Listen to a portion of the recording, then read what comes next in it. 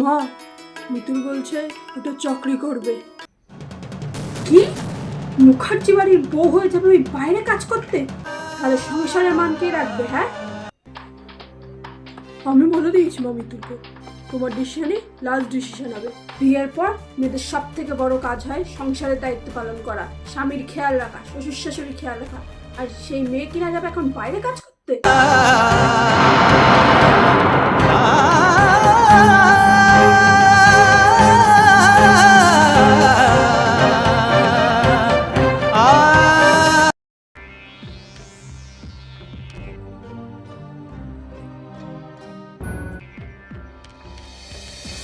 কিছু বলবে বৌমা?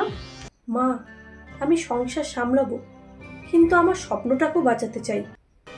মেয়েরা স্বপ্ন দেখে সংসার ভাঙার জন্য, আর এই সংসারে আমি বেঁচে থাকতে এ কখনোই হতে দেবো না।